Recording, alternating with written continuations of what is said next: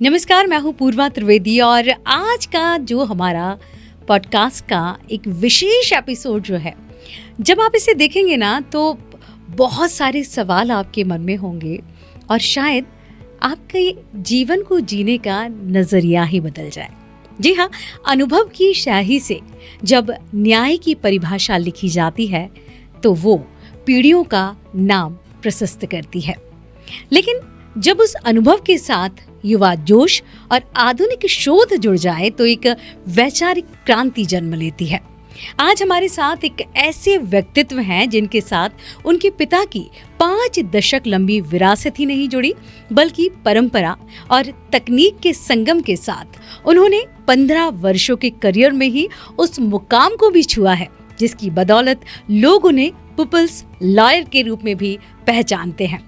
Research आधारित उनकी legal approach और सेवा कार्यों में उनकी सक्रियता उन्हें नई पीढ़ी के उन अधिवक्ताओं में सम्मिलित करती है जो व्यवस्था में बदलाव का सोच भी रखते हैं और विचार भी रखते हैं। जी हाँ, आज की इस बातचीत में हम जानेंगे उनके जीवन का सफर, उनके संघर्ष, उनके विचार और बार चुनाव, जी हाँ बिल्कुल, और अधिवक्ता हित न्याय व्यवस्था, उसकी चुनौतियां क्या होंगी और उनके पिता डॉक्टर विजय कुमार चौधरी से मिले उन संस्कारों के बारे में भी जिन्हें वो आगे बढ़ा रहे हैं और आगे हस्तांतरित कर रहे हैं। तो बिल्कुल आज हम अपने इस पॉडकास्ट में स्वागत करते हैं। तो आइए शुरुआत करते हैं बहुत ही खास संवाद और बहुत ही खास व्यक्तित्व के साथ। हमारे साथ जुड़े हुए हैं अधिवक्ता विवेक चौधरी जी। बहुत बहुत स्वागत है विवेक जी आपका हमारे आज के इस कार्यक्रम में। और जैसा कि हम आपके बारे में जानते हैं, आप युवाओं के प्रेरणा स्रोत हैं और जब भी हम यंगस्टर से बात करते हैं और अगर उन्हें लॉ के क्षेत्र में आगे जाना हो या कुछ अपना मुकाम बनाना हो और जब उनसे पूछा जाता है कि आपकी रोल मॉडल कौन है, तो अक्सर आपका ही नाम सामने आता है। तो इतनी सी कम उम्र में इतने अचीवमेंट आपके साथ जुड़े हुए हैं, विभिन्न जगहों के आप अध्यक्ष भी हैं, बहुत जगह आप सम्मिलित भी हैं। हम इस यात्रा में चाहेंगे कि हमारे दर्शकों तक पहले आपकी एक छोटी सी जर्नी पहुंचाई जाए कि आखिर ये मुकाम और इस विरासत को आप आगे बढ़ा रहे हैं, वो कैसे संभव हुआ। मैं भोपाल से पढ़ा लिखा और ग्रेजुएशन मैंने अपना NLIU national law institute university Bhopal से किया। ग्रेजुएशन करने के बाद साइबर क्राइम में एक्सपर्टीज़, साइबर क्राइम के बाद एनवायरनमेंट में की फील्ड में काफ़ी काम किया, फिर उसके बाद इकोनॉमिक ऑफेंसेस में काफ़ी काम किया। रिसेंटली मैंने एक इंटरनेशनल कोर्स कंप्लीट किया है, digital dispute resolution specialist, and एक एक्रेडिशन मुझे मिला है as international civil commercial mediator. तो इस तरीके से जर्नी थोड़ी सी इवॉल्व होती हुई रही है, जहाँ एक सब्सटेंस सेंट्रिक से लॉजिकल सेंट्रिक अप्रोच की तरफ हम बढ़ रहे हैं कि किस तरीके से अपने जीवन को इतना सार्थक बना लें, इतना उपयोगी बना लें कि दूसरों की समस्या को हम कम समय में और रीजनेबल कॉस्ट पे या विदाउट एनीथिंग उनकी लाइफ बेटर कर दें, उनकी सिचुएशन बेटर कर दें, जिस भी परिस्थिति में वो हैं उसको बेटर कर दें। क्या बात है। तो अप्रोच पूरी वैसी है, इट्स टोटली सॉल्यूशन सेंट्रिक, कि कोई भी ऐसी सिचुएशन नहीं है जिसको डील नहीं किया जा सकता, हर सिचुएशन को डील किया जा सकता है, एवरीथिंग इज पॉसिबल। ये लाइफ का फंडा है। बहुत बढ़िया। एक आर्किटेक्ट शायद हम जानते हैं कि आपका वो प्रोफेशन था और उसके बाद इस फील्ड में आना, कानून के क्षेत्र में आना, एकदम लगता है कि नहीं कहाँ जाते जाते और जो मोड़ आपने लिया है, शायद उसके बारे में भी हम आपसे चर्चा करेंगे। मेरी रुचि आर्किटेक्चरशिप में रही है जी। मैंने कभी प्रोफेशनली उसको परस्यू नहीं किया जी। I have a eye of a perfectionist, और कि मैं बहुत बारीकी से चीज़ों को देखता हूँ, कोई भी चीज़ है उसको सूक्ष्मता से देखता हूँ, उस पर रिसर्च भी सूक्ष्मता से करता हूँ। मेरी जो 15-20 लोगों की टीम है वो भी इसी तरीके से आज कार्य करती है। तो बचपन से ही जब मैं US गया पेरेंट्स के साथ, या ग्रेजुएशन के बाद नेदरलैंड्स, एम्स्टर्डम, महर्षि जी, मैं गिरीश वर्मा जी के साथ गया था मैं, तो मैंने वहाँ की सिविक लाइफ, वहाँ का आर्किटेक्चरशिप, एम्स्टर्डम का, नेदरलैंड का, फ्रांस का, और पिक्चर्स देखता था मैं बचपन में, डाइजेस्ट जो आती थी आर्किटेक्चर की वो देखता था मैं, बहुत फैसिनेट करती थी। फैसिनेट ये करती थी कि every building had its own history, उसका एक अपना इतिहास, और वो क्या दर्शित कर रही है, क्या दूसरा हमारे भारत में ही, मैं अभी रिसेंटली भी काफ़ी करीब 40-50 ज़िले जो मध्य प्रदेश के हैं उनमें विज़िट किया मैंने, लोगों से, अधिवक्ताओं से मिला, कईयों के घर गया।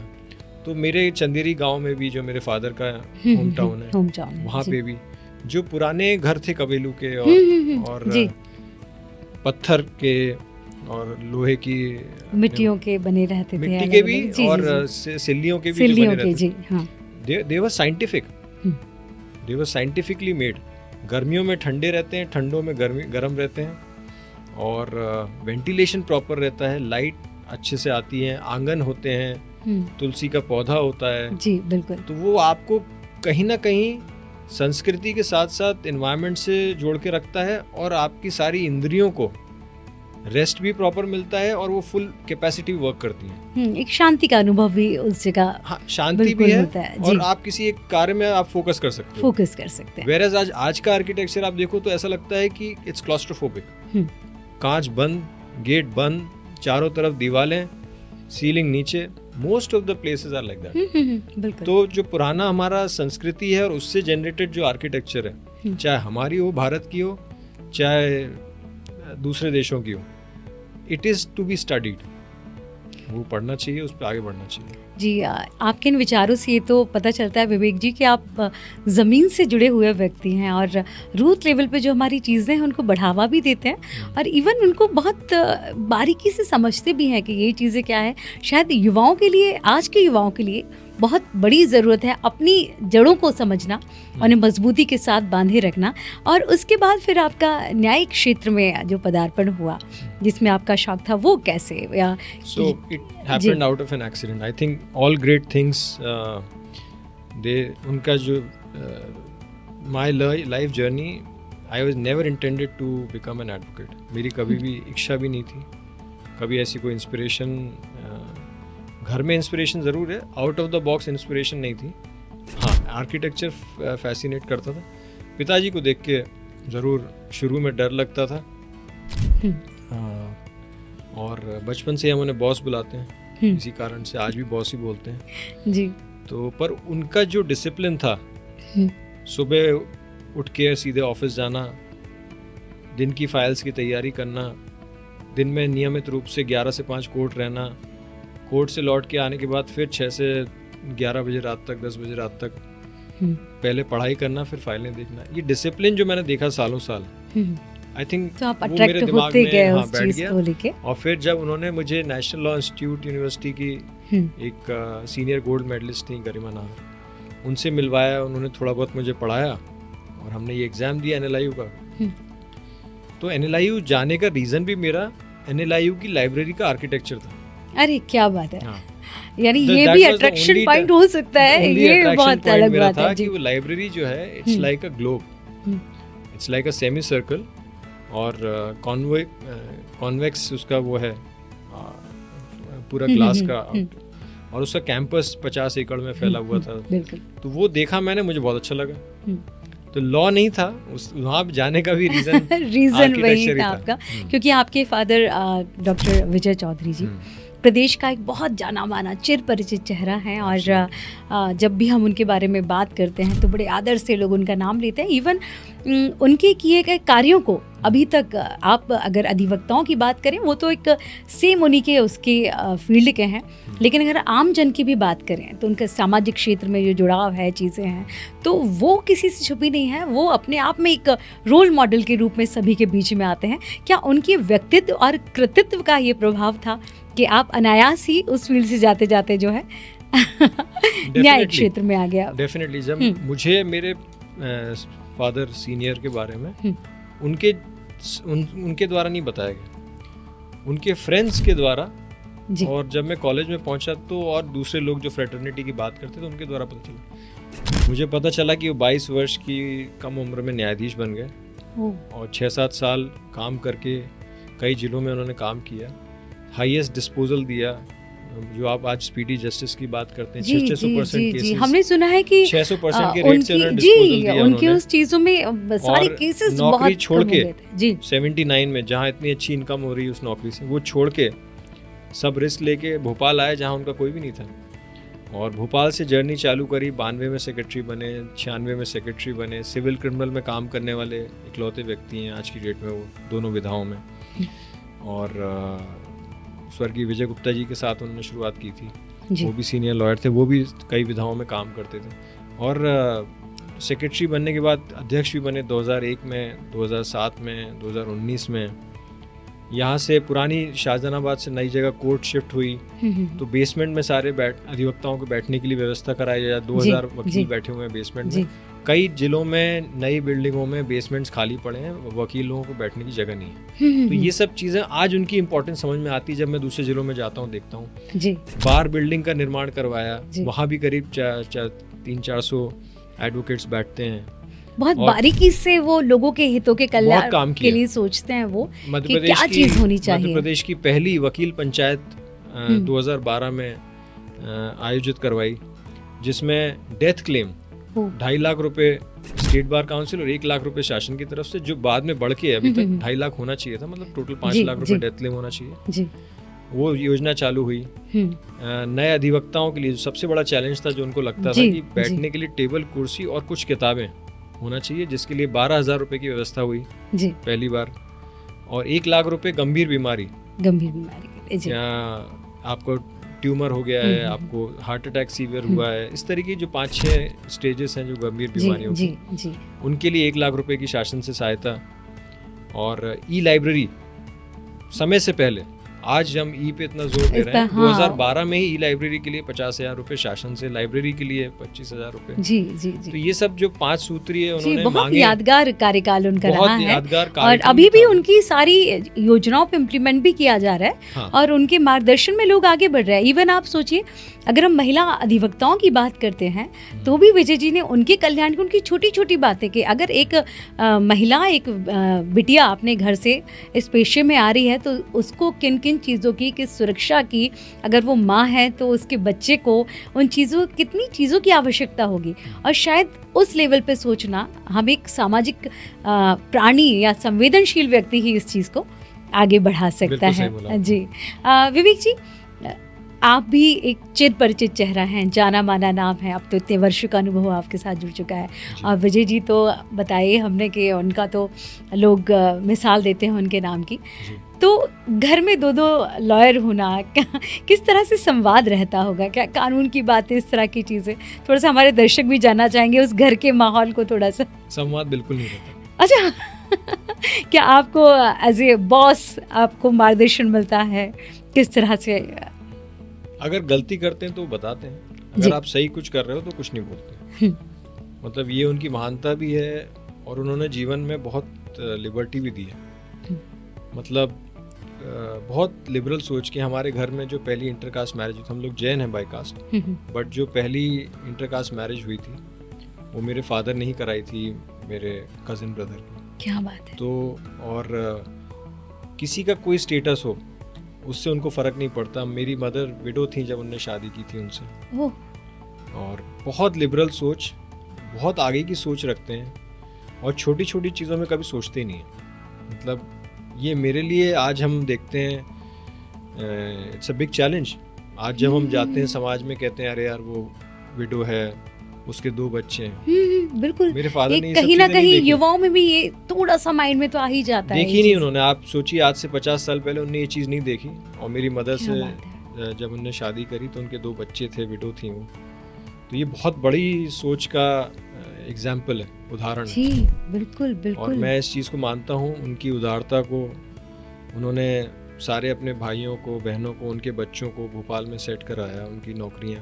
हाँ, एक रूल उन्होंने ज़रूर बनाया कि किसी भी बच्ची घर में शादी तभी होगी जब वो इंडिपेंडेंट हो जाएगी।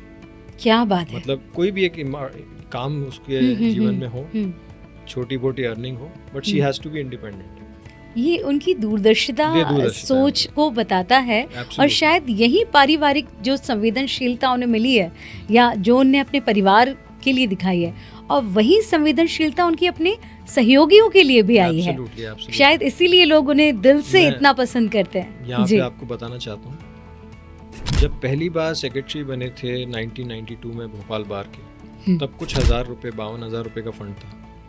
आज उन्होंने इस पूरी जर्नी के दौरान जो उन्होंने थोड़े थोड़े इलेक्शंस एज ए सेक्रेटरी सेवा करी, एज ए अध्यक्ष सेवा करी जो बार की, फोटोकॉपी की मशीन इंस्टॉल करी, कंप्यूटर इंस्टॉल करवाए, उससे बार की इनकम हुई। ग्रांट्स लिए, चीफ मिनिस्टर से ग्रांट लिया, किसी एमएलए जो हैं ऑनरेबल उनसे ग्रांट लिया, तो और संस्था की बिल्डिंग बनाई।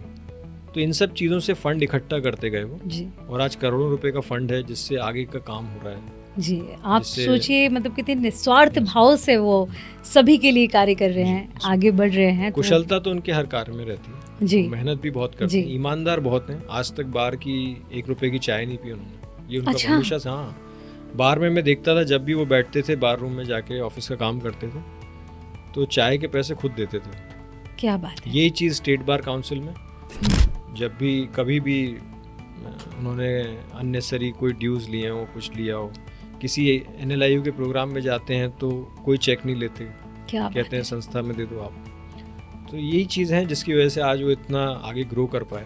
जी बिल्कुल, हमने सुना है विवेक जी के शायद 1 रुपये भी अगर काउंसिल में आता था तो उस तक की वो रसीद काट के देते थे। मतलब ये कितनी ट्रांसपेरेंसी, पारदर्शिता वाली बात है। और ये चीज़ें अगर किसी कुशल नेतृत्व में हो तो निश्चित रूप से फिर ग्रो होना, तो देखिए चैलेंज बहुत होते हैं बार के।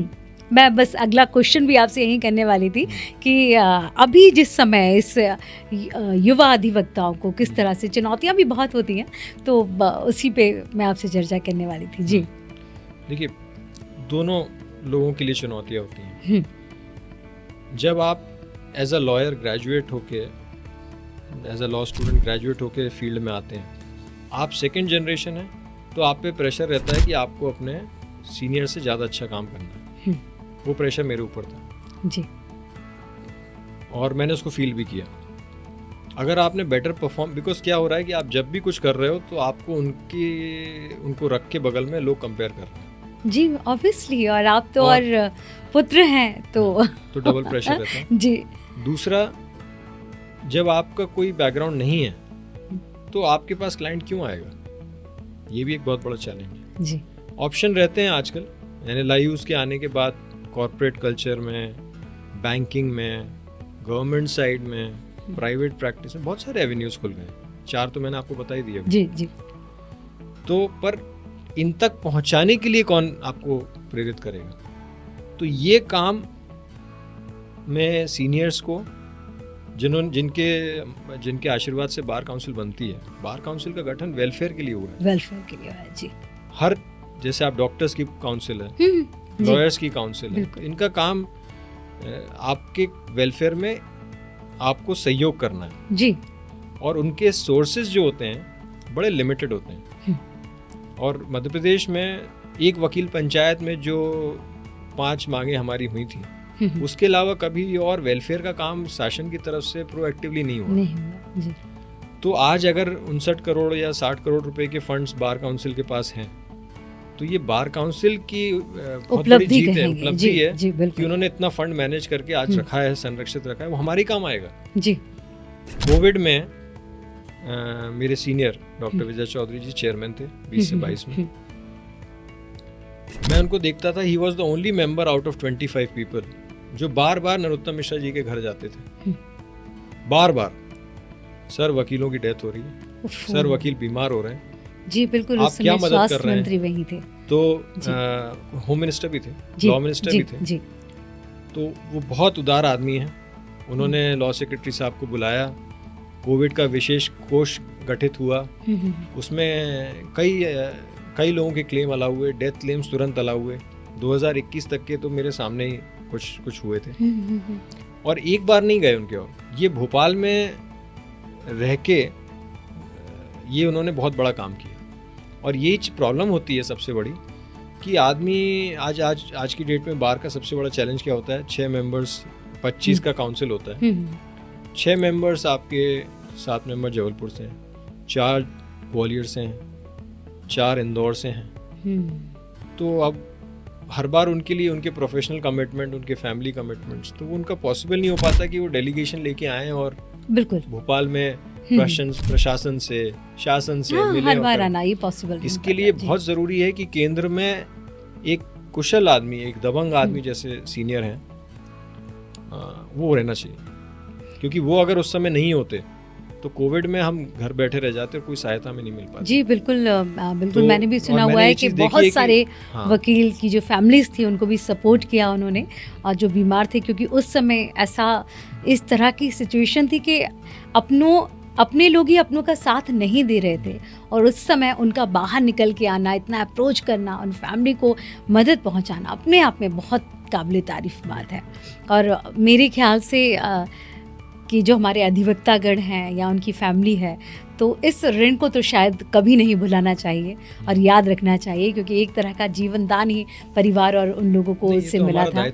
जी ये उनका बड़प्पन है कि वो अपने दायित्व समझ कर रहे थे, क्योंकि हालांकि अगर जी मैंने सारे लेटर्स की ड्राफ्टिंग खुद करी जी, उनको दिया जाके फोटोकॉपी कराना, क्योंकि कोविड में कोई और सहायता नहीं थी जी, तो खुद ही करते थे जी। जबकि विवेक जी, ये आप लोगों के रूल्स रेगुलेशन या नियम में नहीं था, ये आप लोगों की सोच थी कि नहीं हमें इसे लेकर आना है, विशेष उसमें आपने साइबर लॉ, ईडी, नारकोटिक्स और आर्थिक अपराध जैसे भी जटिल मामलों में काम किया है। तो इन क्षेत्रों में आपका कैसे झुकाव बना? मतलब बड़े चैलेंजिंग वाली फील्ड थी ये।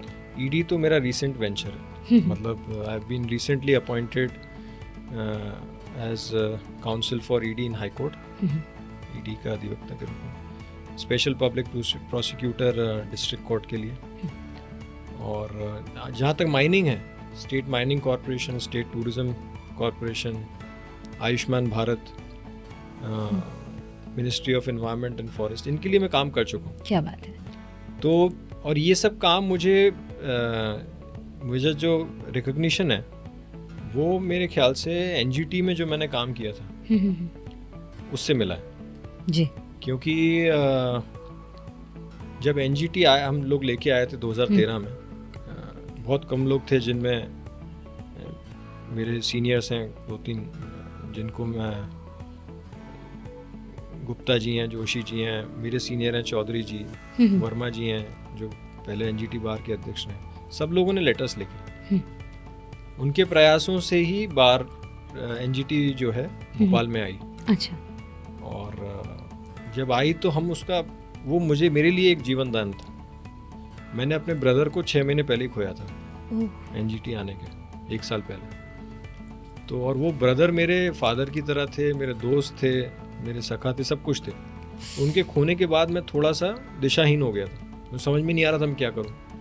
LLM के लिए मुझे क्वींस यूनिवर्सिटी जाना था, मेरा एडमिशन हो गया था, फीस पे कर दी थी, एंड सडनली एकदम से उनकी डेथ हो गई। 1 साल हम बॉम्बे में रहे, उनके साथ कैंसर का ट्रीटमेंट कराया, और वो थे एकदम हमारे सबसे दरिया दिल आदमी हमारे घर के, जो हमारा एक सोशल एक कह सकते हैं फेस होता है जो।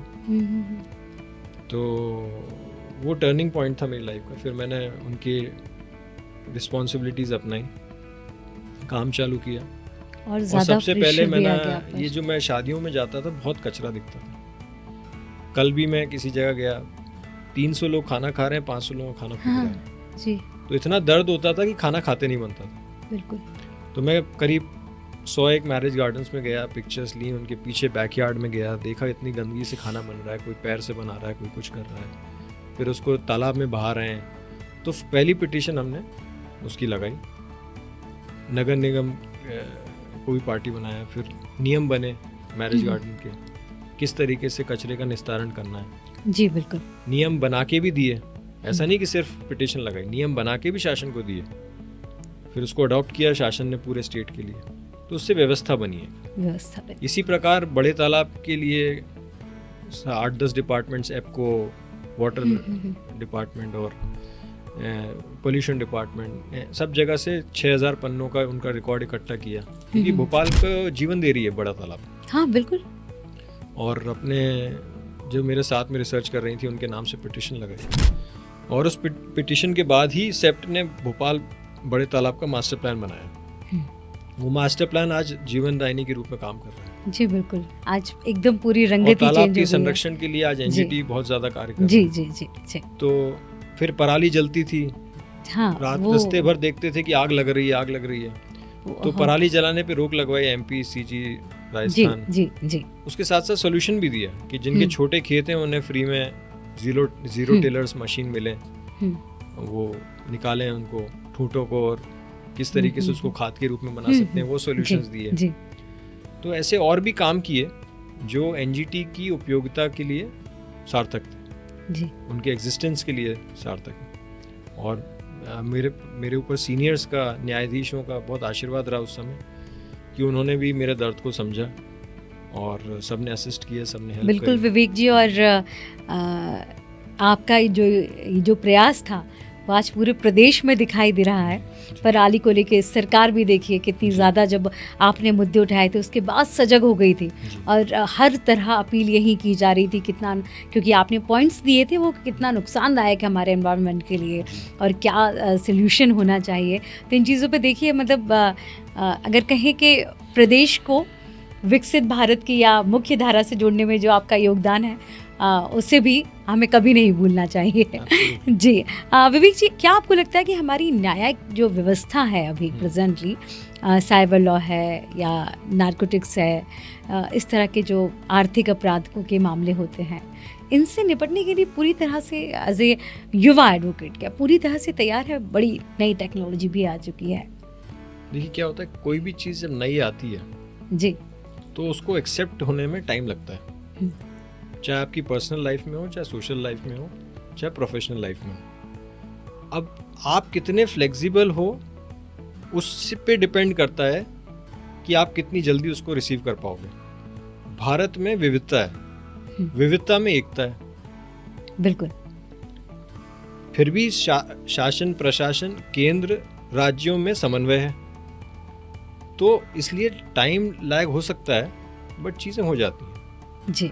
आज आप देखिए हमारा सिविक ऑर्डर जो है इतना अच्छा नहीं है। आज मोदी जी ने स्वच्छता के लिए इतना काम किया, तब जाके हम स्वच्छता के लिए जागरूक हो रहे हैं। जी बिल्कुल। पर उसके पहले भी देश चल रहा था, आज भी देश चल रहा है। पहले ऐसे ही चल रहा था, आज अच्छा चल रहा है। आज अच्छा चल रहा है। तो कई जगह अच्छा भी है, कई जगह बुरा भी है। एडवर्टीजमेंट बहुत ज़्यादा हो गए हैं, एडवर्टीजमेंट में खर्चा बहुत ज़्यादा हो रहा है। वही खर्चा हम वही अमाउंट उठा के इंफ्रास्ट्रक्चर में, और इंफ्रास्ट्रक्चर में भी एक बार नहीं होता है, एक बार रोड बनती है उखड़ती है, एक बार बनती है फिर उखड़ती है। जी जी जी। कई जगहों पे हम देखते हैं डिजाइनिंग प्रॉपर नहीं होती है।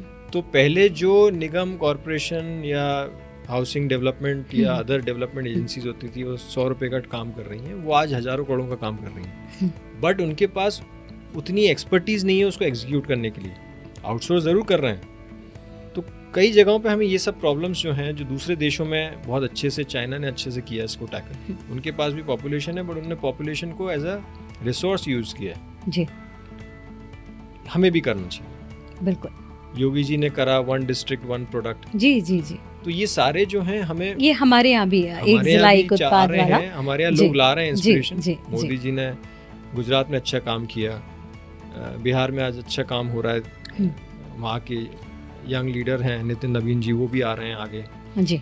तो कई जगहों से लोग आगे आ रहे हैं, काम कर रहे हैं। दिल्ली में शीला दीक्षित जी ने अच्छा काम किया था, फ्लाईओवर्स आप देखिए, कनेक्टिविटी आप जी, बिल्कुल बिल्कुल। So all this when you go and when you see, when you witness, तब आपको अच्छा लगता है। अब इसका यूनिफॉर्म एप्लीकेशन नहीं हो पाता है, इस वजह से देश में ऊपर नीचे रहती हैं चीजें जी, बैलेंसिंग नहीं बन पाता है इसमें जी। तो एज फार एज न्यायिक व्यवस्था इज कंसर्न जी, I think we have got the best democracy in the, and judiciary पे बहुत लोड है, उससे ज़्यादा लोड निचली जुडिशरी पे जी।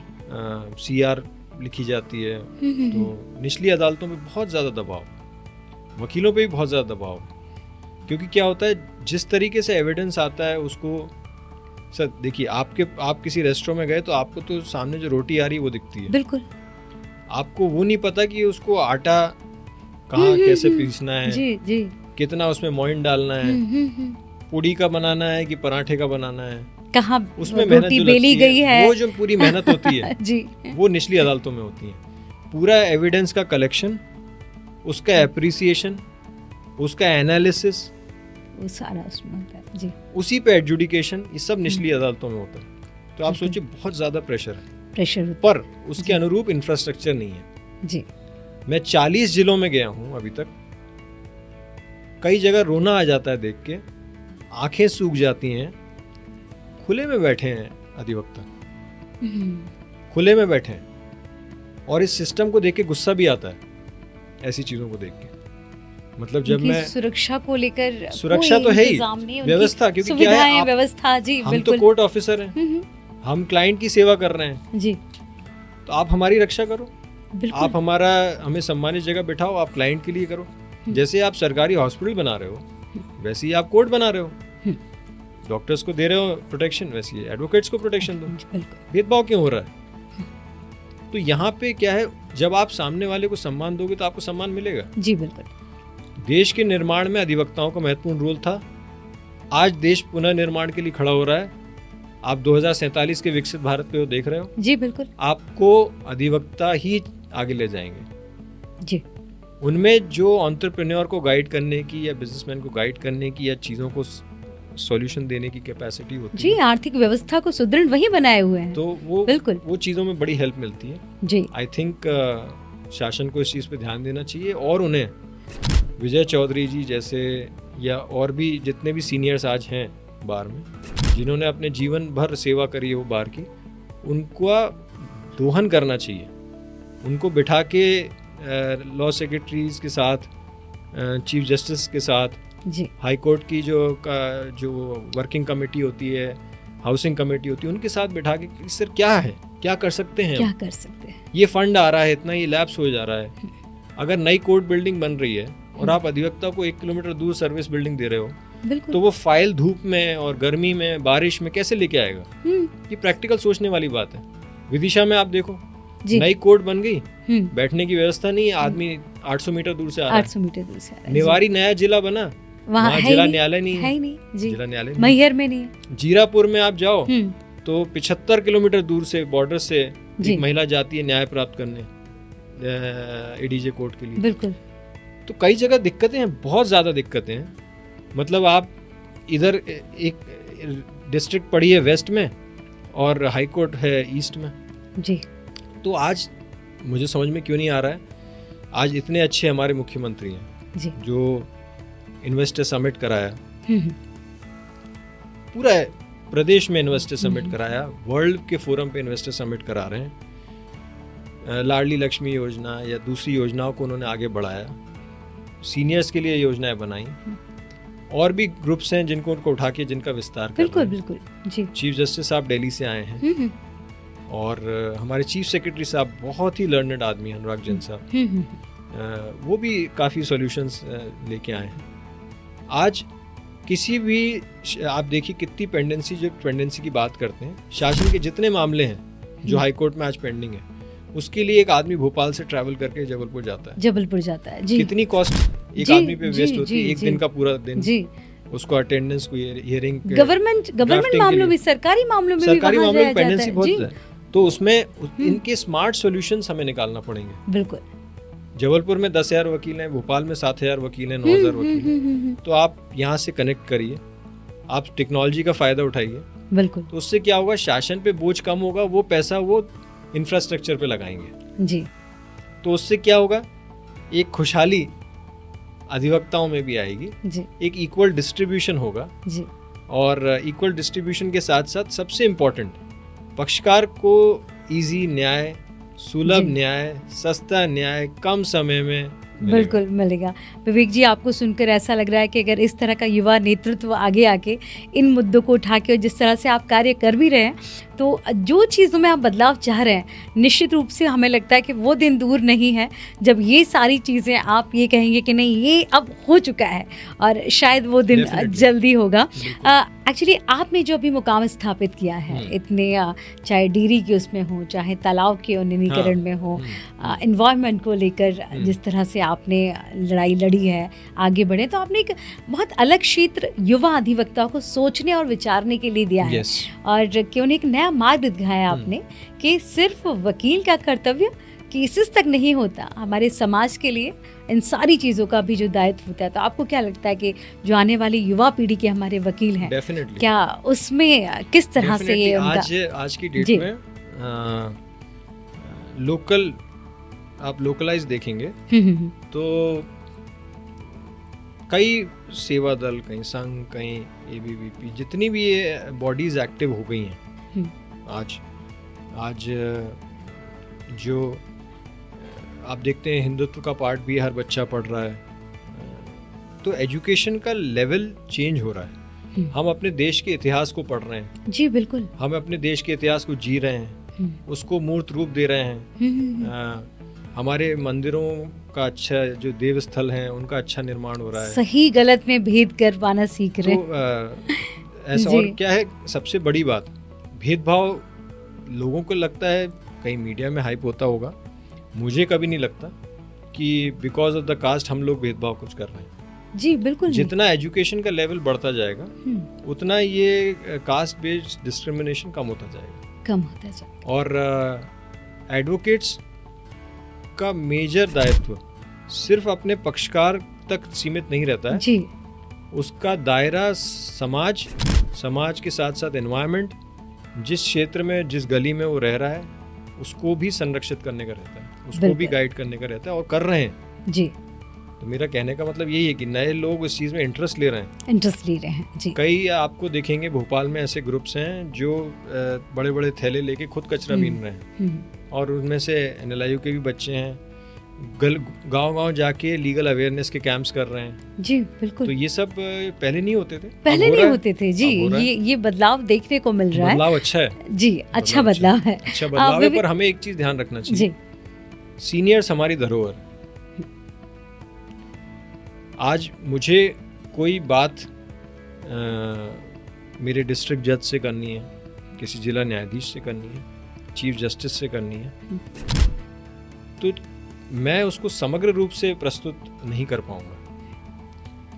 जो वही चीज एक अनुभव के साथ अगर जाएगी जी, तो उसका रिजल्ट पॉजिटिव आएगा। बहुत तो जैसे देश में हमारे मोदी जी और प्रदेश में यंग जी यादव मोहन जी, ऐसे के ऐसी मॉडल्स जो हैं हर जगह पे होना चाहिए जी। मैं एक किसी पार्टी को बिलोंग नहीं करता, किसी सेक्ट को बिलोंग नहीं करता, बट एग्जाम्पल देने का यही है कि आज जो हमारे बार काउंसिल में सीनियर्स हैं, उनके ऑफिसेज, उनका कार्यशैली वो सब स्थापित हो चुकी है।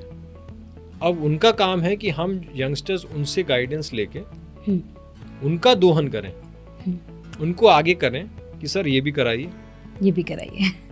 और इसी पंक्ति में मैंने भी एक काम किया है जी, बहुत इम्पोर्टेंट जी। एडवोकेट प्रोटेक्शन एक्ट को लेके कई बार लड़ाइयाँ लड़ रहे हैं एडवोकेट्स, पूरे प्रदेश के नहीं, पूरे देश के। और सबसे सेंसिटिव, सबसे इम्पोर्टेंट मुद्दा है ये आज जी बिल्कुल। तो हमने उसका बीड़ा उठाया। जब ड्राफ्ट शासन ने दिया बार काउंसिल को, वो हमने पढ़ा, उसमें बहुत सारी कमियां थी। उसमें वेलफेयर 0 था, प्रोटेक्शन 0 था। उल्टा एडवोकेट की कोई कंप्लेंट हो जाती तो उसकी जांच कोई सीनियर ऑफिसर के हाथ में पटक दी।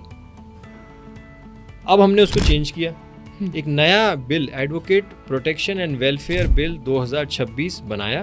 क्या बात है। उसमें कई सूत्र का कार्यक्रम रखा। सबसे पहले अगर अधिवक्ता को कोई धमकी देता है, वो प्रोटेक्शन अधिवक्ता को रिक्वायर्ड रहती है, तो फ्री ऑफ कॉस्ट उसको दी जाए। उससे किसी कांस्टेबल के लिए 3000 रुपये, 4000 रुपये, 5000 रुपये का चार्ज नहीं लिया जाए।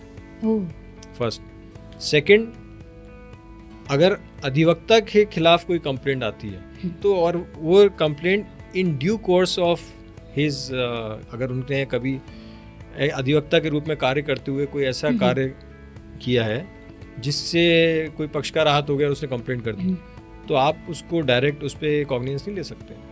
बहुत बढ़िया। आप उनको उनका आत्मसम्मान और सम्मान जो है, वकील का ड्रेस पहना हुआ है, आप अरेस्ट नहीं कर सकते हो। ये बहुत बड़ी बात है। बार के अध्यक्ष से परमिशन लेना पड़ेगी। वर्दी की गरिमा जो है वो स्थापित करिए, आपने मेंटेन करिए जी। तीसरा, वेलफेयर के लिए जो सीनियर्स हैं, हमारी धरोहर हैं, उनको जो हम पेंशन देना चाहिए जी, बिल्कुल। पेंशन के लिए प्रोविडेंट फंड बनना चाहिए, उसमें अंशदान जाना चाहिए जीवन काल में। दूसरा, कई ऐसे लोग होते हैं जिनके कोई डिपेंडेंट्स नहीं है, तो उन्हें जो डेथ क्लेम की राशि है वो उनके जीवन काल में मिलना चाहिए जी, क्या ताकि उसकी उपयोगिता वो पहले ही कर लें, पहले कर सके जी। और ऐसे ही जूनियर्स को सपोर्ट मिलना चाहिए। एक 3 साल का पीरियड है जी, तो एक बेसिक सस्टेनेंस सपोर्ट, ताकि उनका फोकस काम पे रहे, ना कि पैसा कमाने पे जी। आपने तो अधिवक्ताओं की पूरी जीवन को ही बदलने के प्रावधान को, उनकी सुरक्षा, उनकी हर चीज को आपने इंक्लूड कर लिया इसमें। नहीं कर सकते हैं, मतलब शासन उसके को कल्याण को, अधिवक्ता कल्याण उसको लेके शासन को सपोर्ट करना पड़ेगा जी जी। दूसरे स्टेट्स में, राजस्थान में, तेलंगाना में, यूपी में, पंजाब में शासन काफी प्रोएक्टिवली सपोर्ट कर रहा है अधिवक्ताओं को जी। मध्य प्रदेश क्यों नहीं करेगा? मध्य प्रदेश भी विकसित हो रहा है, वो भी करेगा जी जी। तो और इसी कड़ी में वो बिल बनाया है और उसको पेश किया है शासन को जी। उनके यहाँ पेंडिंग है जी। देखते हैं आगे क्या होता है। बिल्कुल, हम तो अभी से आपको साहब से रिक्वेस्ट भी करेंगे, अपॉइंटमेंट के लिए टाइम भी ले लिया है जी। हम तो यही चाहेंगे, अभी से यही शुभकामना देंगे आपको कि ये बिल जल्दी आए और सभी अधिवक्ताओं का कल्याण करे। विवेक जी, व्यापम, क्रिप्टो और भी जैसे हाई प्रोफाइल मामलों की अगर हम बात करते हैं तो उस समय उसमें काम करते समय सबसे कठिन अनुभव क्या रहा? क्योंकि शायद ये बहुत सेंसिटिव मैटर्स थे और जिसमें काम करना। हनी ट्रैप, व्यापम जी या जी नर्सिंग का जो जी अभी जी केसेस ये जी, सब हो रहे हैं, बिल्कुल, क्रिप्टो, बिल्कुल, इन सब में जी। जब भी काम किया, ये सब टेक्निकल इकोनॉमिक ऑफेंसेस हैं। इकोनॉमिक ऑफेंसेस में डिटेलिंग बहुत इंपॉर्टेंट होती है, और जहाँ ये डिटेलिंग अनुसंधान द्वारा मिस की जाती है उसका फायदा पक्षकार को मिलता है। मुझे डिफिकल्टी कभी नहीं आई इन सब मामलों को डील करने में, स्वाभाविकता से ये आए मेरे पास, स्वाभाविकता से मैंने इनको डील किया और मुझे इनमें रिलीफ मिला जी। तो बस एक चीज़ चैलेंजिंग थी कि मेरे साथ के जो एसोसिएट्स हैं मेरे ऑफिस के, वहाँ थोड़ा सपोर्ट और बेटर मिले तो और जल्दी काम हो जाता, और जल्दी काम हो जाता। दूसरा, जुडिशियल साइड से अगर प्रेशर कम हो जी निचली अदालतों पे, तो रिलीफ लोअर कोर्ट से ज़्यादा मिले। मैंने हमेशा मेरे सीनियर विजय चौधरी जी को बोलते हुए सुना है जी कि रिलीफ दीजिए जितना हो, बेल मैटर्स में, रिविजन्स में, क्रिमिनल मैटर्स में रिलीफ दीजिए। हमारी सुधारात्मक प्रणाली है जी, जी। और ऐसी प्रणाली नहीं है कि हम सामने वाले को परेशान करें, लटका के रखें जी। और जितना हम यहाँ से रिलीफ देंगे उतना हाई कोर्ट पे बोझ कम होगा, उतना सुप्रीम कोर्ट पे बोझ कम होगा जी। तो वो ट्रायंगल जो है एक शेप लेगा जी, और ट्रायंगल हमेशा प्रोग्रेस की तरफ बढ़ता रहता है जी। आम जन हमेशा अगर न्याय की उसकी बात करते हैं तो एक जो डायलॉग है फेमस सा, तारीख पे तारीख, तारीख पे तारीख, शायद वो जहन में आता है। लेकिन जब आपकी बात होती है तो आप हमेशा त्वरित न्याय को बढ़ावा देते हैं। आपको लगता है कि वर्तमान जो न्याय व्यवस्था है उसकी संरचना में थोड़ा सा बदलाव हुआ, त्वरित न्याय की प्रणाली, तो वो विचार भी हम आपसे जानना चाहेंगे।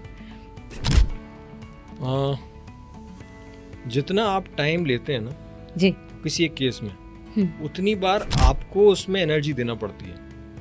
आपकी सांसें सीमित हैं, आपकी एनर्जी सीमित है, आपके पास समय सीमित है। जितनी जल्दी और इफेक्टिवली उसको आप चीज को कर दो, उतना बेनिफिट आपका है। ये महाजनी सोच है। आपके पास 100 रुपए हैं, आप अगर 1 रुपए में वो काम कर सकते हो तो आप 1 रुपए में करो। आपने तारीख ली, वो काम 2 रुपए का हो गया। आपने एक और तारीख ली, वो काम 3 रुपए का हो गया। तो मेरा यही हमेशा रहता है अपने जूनियर्स को भी कि 15 दिन पहले, 1 महीने पहले आप तैयारी करके रख लो जी। तो आने वाले 15 दिन तक आप उसको इम्प्रोवाइज करते रहते हो। और ये सोच मुझे अपने सीनियर से मिली है। क्या बात है। वो 1 महीने पहले आगे की तैयारी करके बैठते हैं जी। बिल्कुल। और शायद आप भविष्य में भी मीडिएशन या इस तरह की चीज़ों को आप रास्ता बनाते हैं, तो वो भी हम आपसे जानना चाहेंगे कि आपको क्या लगता है कि इनसे अदालतों का बोझ कम हो जाएगा? मैं इंटरनेशनल मीडिएशन एक्रेडिशन के लिए स्विट्ज़रलैंड और दुबई अभी गया था। EDR ODR ऑनलाइन का कोर्स था, लंदन बेस्ड है, और उन्होंने वहाँ पे कॉलिन रूल जो गॉडफादर ऑफ मीडिएशन है वो भी आए थे, मिस्टर अमित सिब्बल भी थे, उनकी वाइफ पावनी सिब्बल जो AI इंडिया की हेड है वो भी थी। क्या बात है। हमारा करीब 1 महीने तक डिस्कोर्स चला, वहाँ पे ट्रेनिंग चली, AI पे भी ट्रेनिंग हुई।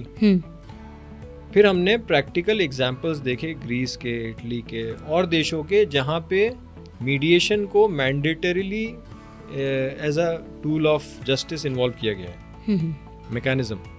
तो कोई भी केस आएगा वो सबसे पहले मीडिएशन में जाएगा, अगर मीडिएशन योग्य है तो उससे डेफिनेटली मीडिएशन से क्या होता है कि दोनों पक्ष खुद बैठते हैं, इंडिपेंडेंटली कोई चीज़ डिसाइड करते हैं। हम केवल उनको गाइड करते हैं कि भाई आपके साथ अगर आप मीडिएशन करते हो तो इस रास्ते पे जाओगे तो क्या प्रोस एंड कॉन्स हैं, इस रास्ते पे आप जाओगे तो क्या प्रोस एंड कॉन्स हैं। तो दोनों पक्ष खुद ही with voluntary consent, out of their own willingness decide करते हैं कि हमें मैटर को ऐसे रिजॉल्व करना है, अपने आप से हम तो रास्ता उसका जब बना आप लेते हैं। जी। म्यूचुअली कोई चीज़ करते हो तो फिर उसकी कोई अपील नहीं रह जाती। तो डेफिनेटली उससे न्यायिक सेवा पे, अपनी जो न्यायाधीशों पे बोझ कम होगा। बिल्कुल। But we need trained mediators for that. अभी उस चीज़ की बहुत कमी है। हाई कोर्ट्स के बहुत सारे प्रोग्राम्स चल रहे हैं, दिल्ली हाई कोर्ट के, सुप्रीम कोर्ट के, MP हाई कोर्ट के ट्रेनिंग के कोर्सेज चल रहे हैं जी। यानी भविष्य में आने की बहुत संभावना। जी बिल्कुल। विवेक जी, आपको जनता का वकील या पीपल्स लॉयर कहा जाता है, और ये पहचान आपकी जिम्मेदारी को कितना बढ़ा देती है? कॉन्फिडेंस बढ़ता है, कॉन्फिडेंस बढ़ता है, सपोर्ट मिलता है। भले ही आपके पीछे 10 लोग खड़े हों या एक आदमी खड़ा हो। बिल्कुल। मैंने जब भी कोई मैटर आर्ग्यू किया, मैं स्टिल रिमेंबर एक हनी ट्रैप की एक डिस्चार्ज की एप्लीकेशन पे मैं आर्ग्यू कर रहा था भरत व्यास साहब की। जब मैंने आर्ग्यूमेंट चालू किया था, मैं था और मेरी एक जूनियर थी जी। जिस समय मैंने अपने आर्ग्यूमेंट्स क्लोज किए, मेरे पीछे 40 लोग थे। क्या बात है। मेरे को 103 का बुखार था, 102 का बुखार था, पसीना आया निकल गया, पता ही नहीं चला। जन्मदिन का दिन था, पता ही नहीं चला। नेक्स्ट डे जब रिजल्ट आया, डिस्चार्ज हो गए, बहुत अच्छा लगा। तो कॉन्फिडेंस बढ़ता है काम करने पे, डायस पे खड़े होने पे कॉन्फिडेंस बढ़ता है। ये जब टाइटल्स मुझे तो कई तरीके से लोग आपके प्रिय जनता जो आपको चाहती है या जिनको आपने न्याय दिलवाया है, बहुत आशीर्वाद रहा है। जी जी। भोपाल कोर्ट के जितने भी सीनियर्स रहे हैं उन्होंने मुझे बहुत गाइड किया है। शाहिद अली साहब हैं, अजीज अहमद सिद्दीकी साहब हैं, मेहता जी हैं, दास साहब हैं, और भी जितने सीनियर्स हैं जी। आज मैं लाइन से अगर बोलूँगा, गुप्ता जी हैं, जोशी जी हैं, आप जितने सीनियर्स बोलेंगे, बरिया जी, भोपाल के जितने सीनियर्स हैं, सबका हमेशा मेरी तरफ एक बहुत विश्वास भी रहा है, वार्म बिल्कुल वार्म एटीट्यूड, वेलकमिंग, गाइडिंग और पुश किया है उन्होंने मुझे हमेशा आगे। जी बिल्कुल। आई थिंक सीनियर्स का बहुत योगदान रहता है एक जूनियर के लिए अच्छे आगे बढ़ने में। जी, तो आपका इस तरह का कॉन्फिडेंस हमेशा बना रहे और ये टाइटल जन जन तक और पहुँचे, हम तो यही कामना करेंगे। विवेक जी, आपके अनुसार स्टेट बार काउंसिल या बार एसोसिएशन को सबसे पहले किन मुद्दों को पर काम करना चाहिए, किन मुद्दों पर उठाना चाहिए उनको?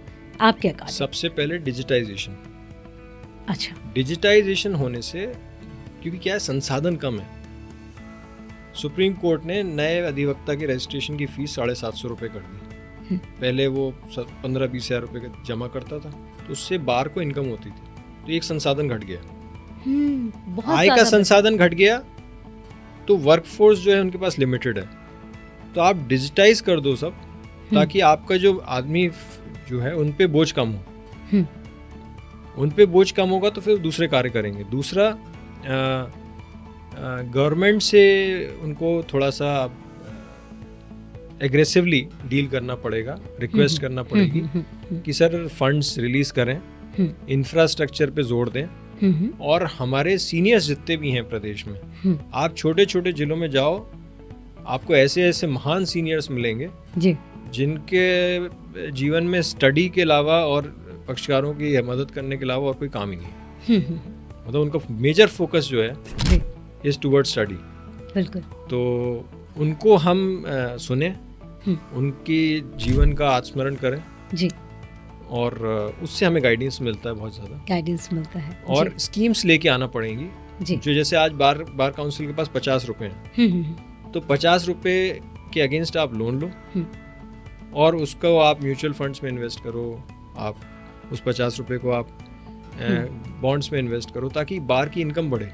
जी बिल्कुल। केवल एफडी से इनकम नहीं बढ़ पाएगी, एफडी इनकम के सोर्सेज बढ़ाना पड़ेंगे हमें। जी जी। तो उसको मल्टीपल हमें we'll have to take guidance from financial experts. जी जी। तो इनकम बढ़ाना है, डिजिटाइजेशन करना है, नई स्कीम्स लेके आना है सीनियर्स के लिए, जूनियर्स के लिए, फिर महिलाओं के लिए, आम जन के लिए बैठक व्यवस्था तैयार करना है, टेक्नोलॉजी से भी जुड़ना। हाँ, और टेक्नोलॉजिकली देखिए सबसे इम्पोर्टेंट बात है, बार को आप जब डिजिटाइज करते हो तो उसका मतलब होता है कि भोपाल क्या, सीहोर क्या, इछावर क्या, रायसेन क्या, कहीं का भी बैठा व्यक्ति जो सबसे ऊपर के क्रम की कोर्ट है जी, उस तक भी अप्रोच कर सकता है। उसको फिर दिल्ली जाने की जरूरत नहीं है जी। वहीं पे सारी व्यवस्था उपलब्ध है। अभी जहाँ भी बार डिजिटल रूम्स बने हैं जी जी जी, वहाँ पे एडवोकेट के बैठने की और पक्षकारों के बैठने की व्यवस्था नहीं है जी, दोनों के बैठने की व्यवस्था होना चाहिए। क्या बात है। डिजिटल बार हम बनाएंगे, मेरा भी उसमें बहुत ज़्यादा स्ट्रेस है ताकि उसमें आदमी जाए, यहीं से अपनी हियरिंग करे, यहीं से अपनी बात रखे जी, और उसको अप्रिशिएट किया जाए जी। अभी कुछ समय से ऑनलाइन कोर्ट का जो बढ़ावा आपने देखा, जो चलन चल रहा था, शायद क्या ये इसी का एक पार्ट कह सकते हैं विवेक जी? सुनवाई शायद कोविड में ऑनलाइन जी, और शायद अभी भी ये उसमें है। और हमारे मध्य प्रदेश स्पेशली जस्टिस कलगांवकर जी को इस चीज़ का धन्यवाद देना चाहिए। उन्होंने डिजिटाइजेशन पे बहुत काम किया है। क्या बात है, बहुत काम किया है। हमारे यहाँ जो न्यायाधीश हैं, जस्टिस शील नागू रहे हैं, जस्टिस सुजॉय पॉल रहे हैं, जस्टिस सचदेवा आज हैं, आप देखिए इतना काम कर रहे हैं, इतनी अलग अलग तरह की टेक्नोलॉजी लेके आ रहे हैं, तो उससे लिस्टिंग प्रॉपर हो रही है, ट्रांसपेरेंसी आ रही है जी। We need more. बिल्कुल हो रहा है काम, ऐसा नहीं है, बदलाव हो रहे हैं, थोड़ा सा समय और समय लगेगा जी, समय लग रहा है तो उससे इम्पेशेंस बढ़ रहा है। आजकल लोगों को इंस्टेंट चीजें चाहिए रहती हैं जी। ये तो आपने मुद्दे बताए, और अगर हम बार काउंसिल की भूमिका की बात करते हैं तो आपके नजरिए से जी, वेलफेयर एंड गाइडेंस, आप संस्था पे सब कुछ नहीं डाल सकते जी। क्या होता है कि आपको संस्था एक प्रोटेक्शन देती है, एक आपके वेलफेयर में असिस्ट करती है, एक गाइडिंग फोर्स का काम करती है। तो संस्था का दायरा तभी बढ़ता है जब उसके ज़्यादा से ज़्यादा मेंबर्स उसमें इन्वेस्ट करें। बिल्कुल। नॉट इन इन्वेस्टमेंट मतलब फाइनेंशियली नहीं, मतलब आपके मेंटल रूप से, भावनात्मक रूप से। सो उस पे संगठन फिर विश्वास बढ़ता है। जब विश्वास बढ़ता है तो आप जो संगठन में बैठे लोग हैं वो प्रेरित होते हैं और ज़्यादा काम करते हैं, और ज़्यादा काम। कैपेसिटी तो है जी। आप जब अपने बच्चों को देखते हो और आपको लगता है फर्स्ट क्लास में उसके 60% थे, आप उसको पुश करते हो, कोचिंग में लेके जाते हो, 5th क्लास तक आते आते उसके 90% ले जाते हैं। तो ये चीज़ आम जनता पे लागू होती है। बहुत ही बढ़िया एग्जांपल देके आपने समझाया विवेक जी। तो we need to guide positively, we need to you know, अरे आपको लग रहा है कि चौधरी जी ने ये काम नहीं किया, आप उनके पास जाओ, सर ये है सिचुएशन, इस तरीके से हम इसको डील करें तो ज्यादा अच्छे से काम हो सकता है, ज्यादा अच्छे से हो सकता है जी। संवाद बहुत ज्यादा जरूरी है, एक दूसरे से संवाद होना जरूरी है, और जिले और तहसीलों को प्राथमिकता देना जरूरी है। आज की डेट में जिले और तहसीलों में आज 1.5 लाख अधिवक्ता हैं एमपी में, तो आप मान के चलिए 1 लाख से अधिक अधिवक्ता जिले और तहसीलों में और जिले और तहसीलों को प्राथमिकता देना जरूरी है। वहाँ के लोगों को प्राथमिकता देना जरूरी है, वहाँ पे क्लाइंट भी उनके साथ हैं, उनको प्राथमिकता देना जरूरी है। इसीलिए जो हमारे जैसे सीनियर्स हैं, विजय चौधरी जी जैसे, जो अन्य जिलों में भी इस टाइप के लोग हैं, उनको प्रोत्साहित करने की, उनको बढ़ावा देने की, उनका साथ देने की ज़रूरत है जी। बिल्कुल बिल्कुल सही कहा आपने। युवा बहुत जब आते हैं, सोचते हैं अपने करियर को लेके, थोड़ा सा असमंजस में रहते हैं, और कई बार उनको वकालत का पेशा है या अधिवक्ता बहुत अट्रैक्ट करते हैं। मैं जब इस फील्ड में आया था हाँ. मैं पहले तो सर मैडम ये ग्रेजुएशन के बाद रियल एस्टेट में जाना चाहता था because of my love for architecture, but मेरे फादर ने सपोर्ट नहीं किया मुझे फाइनेंशियली। फिर मेरे ब्रदर की डेथ हो गई, मैं वकालत में आ गया। शुरू के कुछ साल कोर्ट जाके मुझे बिल्कुल अच्छा नहीं लगा, और आज बिना कोर्ट जाए मुझे सुकून पेट सुकून नहीं मिलता, मतलब रोटी अलग से नीचे नहीं आता। I love my profession. क्या बात है। प्रोफेशन से प्रेम करना बहुत ज़रूरी है, उसको एंजॉय करना बहुत ज़रूरी है, और उस चीज़ को हर आदमी के लिए enjoyment banana it's a tough task. मेरे ऑफिस से, मेरे सीनियर के ऑफिस से अभी तक 350 ग्रेजुएटेड लॉयर्स ट्रेन होके आज देश भर में काम कर रहे हैं। 350 से ज़्यादा अच्छी प्रैक्टिस कर रहे हैं, और करीब 1550 इंटर्न्स निकल चुके हैं जो पूरे देश से आए हैं, अलग अलग विधि संस्थानों से। और विजय चौधरी इंस्टीट्यूट ऑफ रिसर्च विचार की हमने स्थापना की थी। डिजिटली कहीं नहीं है, बट हमारे मन में जो विचार है उसी को आगे बढ़ाया हमने, कि सर ने इतना कंट्रीब्यूट किया है, सर के नाम से हम ट्रेनिंग देंगे बच्चों। तो 21 डेज की एक्सटेंसिव ट्रेनिंग, 90 डेज की ट्रेनिंग 21-90 रूल के हिसाब से करते हैं। और भी कई तरीके की ट्रेनिंग होती हैं जहां हमारे यहाँ देते हैं, रिसर्च पे, ड्राफ्टिंग पे, आपकी लाइफस्टाइल पे, आपके खान पीन पे, आपके पहनावे पे। अच्छा, यस, बहुत बारीकी से होलिस्टिक डेवलपमेंट। मेरे ऑफिस में आज मुझे करीब देयर आर 9 देवियां हैं जो सपोर्ट कर रही हैं, और मेल एसोसिएट्स हैं करीब 4-5 जो असिस्ट कर रहे हैं। ऐसी जबलपुर में असिस्ट कर रहे हैं, ऐसी दिल्ली में असिस्ट कर रहे हैं जी। And one of my associates in Jabalpur, she went to Oxford also अभी रिसेंटली। तो इन सब से आपको सीखने को भी मिलता है, इनसे सपोर्ट भी मिलता है। आप इनको ट्रेनिंग दोगे तो आप और ऊपर एलिवेट हो जाते हो। बिल्कुल। तो इसलिए आज की डेट में यूथ को कलेक्ट करना, उनको गाइड करना इज प्राइमरी इम्पोर्टेंट। यानी इस पेशे या फील्ड से डरने की जरूरत नहीं है। नहीं, एक जोश और जज्बे की जरूरत है कि आप आइए और इस प्रणाली से, मतलब समाज में बहुत बदलाव। अधिवक्ता एक बहुत ही ज्यादा समाज की महत्वपूर्ण कड़ी है। Error is human, pardon is divine. तो इंसानों से गलतियां होती रहती हैं जी, तो उसमें कोई इतने परेशान होने वाली बात नहीं है। हाँ, कभी लगता है बहुत टफ है, अगर आपके नीचे से आपकी कोई ऑर्डर रिजेक्ट हो गया, आप अपील फाइल कर दो, कोई इसमें दिक्कत की बात नहीं है। हाँ, चलता रहता है जी। चलते रहने दो। विवेक जी, अभी सोशल मीडिया का युग है। हाँ। और हम देखते हैं कि इस समय ट्रायल के तौर पे भी अगर मीडिया से देखा जाए तो इसमें वकालत के स्वरूप पे कितना फर्क पड़ा है। बहुत सारी चीजें जो हैं आप ऑनलाइन हो गया का कई बार स्टेटमेंट आता है कि एआई वकीलों के काम को खत्म कर देगा। It is total nonsense. ऐसा कुछ भी नहीं है। जहां एआई के पास वो चीज है ही नहीं तो वो डिलीवर कैसे करेगा। मैं आज, आप देखते हैं मुझे, तो मैंने मेजरली लीगल रिसर्च करी है, लीगल एरिया में स्टडीज़ की हैं, उनको प्रैक्टिकली महसूस किया है, उस पर काम किया है, भावनात्मक रूप से काम किया है, लॉजिकली से काम किया है, टेक्निकली साइंटिफिकली काम किया है। ये सब एआई थोड़ी डिलीवर कर सकता है। बिल्कुल नहीं कर सकता। उसके पास तो एक ही रहता है जी। मैंने भी कई बार एआई पे, फॉर एग्जांपल हमने जब दुबई में बैठे थे तब हमने इस पे डिस्कोर्स करा, रिसर्च करके देखी, वो रॉन्ग, गलत रिजल्ट्स दे रहा है, गलत देता है। बिल्कुल। तो ये तो आज के इंस्टेंट स्टेटमेंट्स हैं, छोटे मोटे ड्राफ्टिंग है, लेटर की ड्राफ्टिंग है, ये सब तो ठीक है, यही कर देता है। बट उससे क्या हो रहा है, लैंग्वेज को सीखने का, उसको इम्प्रोवाइज करने का जो एक आपको अपॉर्चुनिटी मिलती है वो घट रही है। इसलिए लैंग्वेज की डिटोरिएशन हो रहा है। तो हमें अपनी लैंग्वेज पे वर्क करना चाहिए जी। हर व्यक्ति को ऑन एन एवरेज 2 लैंग्वेजेस तो आने ही चाहिए प्रॉपरली। और जहाँ तक when you come to legal field, it is very important to know what to say then what not.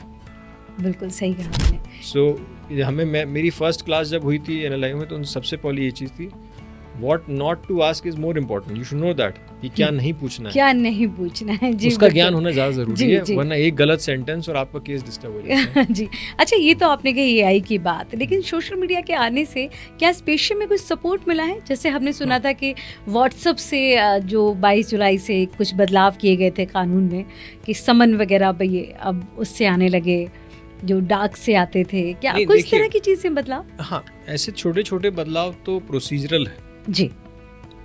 ये लीगल पे मत जाएं इसको, ये we are just increasing a mode of service. जी। मोड ऑफ सर्विसेज क्या होते हैं? By air, by train, by car, this just a mode of service. जी। तो बाय ऑनलाइन। तो ये प्रोसीजरल जो बॉटलनेक्स होते हैं उनको रिलीज करने के लिए अमेंडमेंट्स होते रहते हैं समय समय पे, वो अलग है।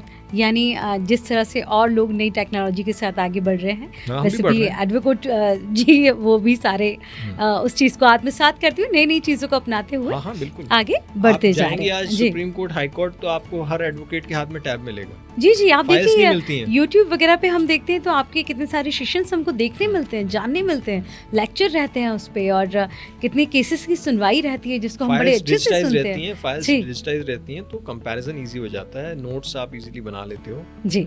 सो I think there is lot of support. बिल्कुल बिल्कुल। आपने बार और बेंच के समन्वय में जो शोध किया है, शोध भी किया है और मैंने विटनेस ज्यादा किया है। अच्छा। भोपाल बार पहली बार थी जिसमें अगर कोई त्योहार है उसमें भी न्यायाधीशों को बुलाया जाता था। किसी की कोई गमी हुई है, कुछ नुकसान हुआ है बार को या बेंच को, तो उसमें भी बार और बेंच साथ में बैठती थी। ये मेरे सीनियर ने और उनके साथ के जो उस समय अध्यक्ष थे वर्मा जी ने, उस समय से ये जो एक व्यवस्था बनाई है, कह सकते हैं, व्यवस्था बनाई थी, वो आज तक चल रही है। तो इवन अगर आज हमारे किसी वकील भाई का कुछ होता है, कंडोलेंस होती है, तो न्यायाधीश लोग आते हैं, बैठते हैं। तो आई थिंक बार और बीच का समन्वय ऐसे ही बनता है। एक गाड़ी के 4 पहिए, आप आगे के हो, हम पीछे के हो, हम पीछे के हो, आप आगे के हो, साथ चलना जरूरी है। साथ चलना जरूरी है, समन्वय बहुत जरूरी है। इसलिए जैसे जैसे आप जजेस को ट्रेन कर रहे हो, ऐसी एडवोकेट्स की ट्रेनिंग इंस्टीट्यूट्स होना चाहिए। वहाँ पे उनकी ओवरऑल डेवलपमेंट होना चाहिए, उनकी पर्सनल प्रोफाइल से लेके उनकी हैबिट्स पे, उनके किस तरीके से रिसर्च करना चाहिए, ड्राफ्ट करना चाहिए, परसीव करना चाहिए मैटर को, क्लाइंट काउंसलिंग कैसे करना चाहिए, इन सब चीज़ों पे भी एडवोकेट फिनिशिंग स्कूल्स, इंस्टीट्यूट्स, शासन को भी लाना चाहिए, और मेरा तो ये कहना सीनियर लॉयर्स को भी लाना चाहिए। बहुत बढ़िया। और मैं भी वर्क कर रहा हूँ इस डायरेक्शन में। तो आपको क्या लगा ये शोध से जो वकील और जजेस के बीच में जो एक अच्छा रिश्ता बिल्डअप होता है, क्या ये चीजें बेटर होता है? किस तरह से सामने आए? किस तरीके से? देखिए, हम एक केस पे वर्क कर रहे हैं, अगर हम ट्रेंड नहीं है तो एक जा रहा है नॉर्थ, एक जा रहा है साउथ। जी। उसको डील करने में लग रहे हैं 60 मिनट। हम दोनों ट्रेंड हैं, आप भी ट्रेंड हो, मैं भी ट्रेंड हूँ। वो नॉर्थ से सेंटर आ रहा है, मैं साउथ से सेंटर जा रहा हूँ, तो हमें 3 मिनट में हम समन्वय पहुंच जाएंगे। क्या बात है। तो इस तरीके से चीज़ों को आप देखें, फर्क पड़ता है। बिल्कुल। ये तो रही आपके प्रोफेशन की बात। विवेक जी, अक्सर हम सुनते हैं कि आप आध्यात्म, व्यायाम, अनुशासन, इनको भी आप अपनी ऊर्जा का स्रोत मानते हैं डेली। तो कोर्ट के दबाव के बीच उस मानसिक संतुलन को बनाए रखना, इस जीवन शैली को इस तरह से मेंटेन करना, और सभी के बीच में मतलब एक मल्टीटास्किंग टाइप जो आपकी पर्सनालिटी है, जो सब जानते हैं, ये भी कैसे समन्वय? मतलब मैं चाहूँगी कि यूथ इस चीज़ से ज़रूर प्रेरणा लें। उठ के सबसे पहले सूर्य को प्रणाम करो। I think that is very important. जी। प्रणाम नहीं करो तो सूर्य की एनर्जी लो। जो नेचर का कोर्स है, उसी कोर्स को अगर हम फॉलो करें तो हमारी लाइफ काफ़ी बेटर हो जाती है। हम नेचर को ऑब्जर्व करें, अपने अंदर नेचर को समाहित करें, उसको अप्रिशिएट करें, उसको ग्रैटिट्यूड दें, उसकी सेवा करें, हम वैसे हो जाते हैं। मैं सुबह उठ के एकांत पार्क जाता हूँ, डेली जाता हूँ, 15 साल से जा रहा हूँ। उसके बाद मंदिर भी जाता हूँ, कोई से भी मंदिर हो, मस्जिद हो, सब जगह जाता हूँ। उनकी जो बेस्ट हैबिट्स हैं उनको आत्मसात करें। जी। कोई किसी धर्म में ऐसे हाथ धोते हैं, किसी में वैसे हाथ धोते हैं, किसी में ऐसे खाना खाते हैं, किसी में वैसे खाते हैं। तो वो सब शैलियों को आप जो ये नेचर से रिलेटेड है, नेचर से इनको आप फॉलो करें। सीजनल फ्रूट्स खाएं, सीजनल वेजिटेबल्स खाएं, और मतलब आज की डेट में जहाँ यानी जो यूथ हमारे एक पेटेंट डायलॉग रहता है ना, ये वर्कलोड बहुत ज्यादा है इसलिए नहीं कर पा रहे हैं, तो उस चीज को आपने एकदम से मतलब उस चीज का कोई स्थान नहीं है हमारे जीवन में, बहानों का कोई स्थान नहीं है। मेरे ऑफिस में जी डेली योगा टीचर आती है, मेरी एसोसिएट्स को योगा ट्रेनिंग देते हैं। क्या बात है। 1 घंटे का समय उनके लिए योगा के लिए मैंडेटरी है। करें, कोई एक भी करे चाहे 10 करें, वो आएगी, वो बैठेगी, आपको करना है करो, नहीं करना नहीं करो, पर करना जरूरी है जी। लेकिन उससे ये क्या बहुत होता अच्छी है कि पहल है विवेक जी। एक ऑफिस के लोगों को भी, जो हमारे सहयोगी हैं, उनकी हेल्थ को भी ध्यान में रख के आप ये फैसिलिटी कहें या उनके स्वास्थ्य को लेकर जो आपकी कंसर्नेंस कहें कि आप उनको प्रोवाइड करें, तो एक बहुत बड़ी बात है, क्योंकि वो उनका स्वास्थ्य भी आखिर आपकी जिम्मेदारी है। शायद ये और संस्थान भी अगर इस चीज़ को समझे तो ये बदलाव बहुत अच्छा होगा। जी हाँ। जी जी। एक और बात आती है सेठ गुलाब चंद विजय चौधरी ट्रस्ट, जिससे आपका व्यक्तिगत लगाव है, उसके बारे में हम थोड़ा संक्षिप्त में जानना चाहेंगे। इसलिए है कि वो इंडिजेंट जो भी नीड होते हैं, चाहे एजुकेशन के लिए, चाहे मैरिज के लिए, चाहे हेल्थ के लिए, उनको स्कॉलरशिप, उनको असिस्टेंस, उनको फाइनेंशियल एड देता है। बस इतना सा लगाव है। मैंने अपने दादाजी को नहीं देखा जी। मैंने इस ट्रस्ट के काम को देखा है। क्या बात। अच्छा, दूसरा इस ट्रस्ट में हम बाहर से पैसा नहीं ले रहे, जो सीनियर दे रहे हैं हमारे विजय चौधरी साहब जो उसमें कंट्रीब्यूट करते हैं, उसी से हम फाइनेंशियल एड प्रोवाइड करते हैं। तो इसलिए इतना सा लगाओ, इतना लगाओ, एड दे रहा है, बस जी, अपना काम कर रहा है जिसके लिए बनाया है उसको। क्या बात है, मतलब बहुत सार्थक रूप से अपने काम कर रहा है। अगर आपको मध्य प्रदेश की न्यायिक व्यवस्था में एक बड़ा सुधार लागू करना हो या उसका आपको राइट मिले, अधिकार मिले, तो सबसे पहले क्या बदलना चाहेंगे आप? देखिए, जो चीज़ आपके हाथ में है उस व्यवस्था को बेहतर करना चाहिए जी। मैं न्यायाधीशों का सम्मान करता हूँ जी। मेरे पिता भी बहुत करते हैं। जिस दिन न्यायाधीश बनेंगे उस दिन व्यवस्था की बात करेंगे। नहीं, लेकिन ये बहुत बड़ी बात कही आपने कि व्यवस्था को सुचारू रूप से लेकर चलना, ये बहुत अच्छा संदेश है आपका। क्योंकि हम उस चीज़ में बदलाव के लिए तो बहुत जल्दी सोचते हैं, लेकिन जो प्रेजेंट में चल रहा है उसको लेकर चलना, ये बहुत बड़ी बात होती है। में रहना चाहिए। जी। विवेक जी, अगर आपकी बात की जाए तो अगले 10 वर्षों में आप अपने आप को कहाँ देखते हैं? कौन सी भूमिका का निर्वहन आप करने वाले हैं?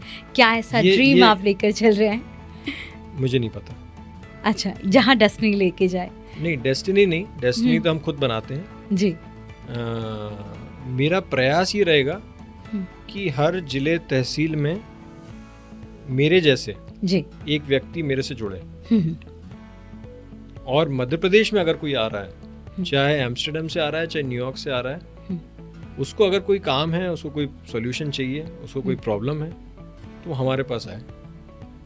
मैं, मेरे जितने भी भाई लोग हैं जो इस इंडस्ट्री में काम कर रहे हैं, वो सब मिलके काम करें।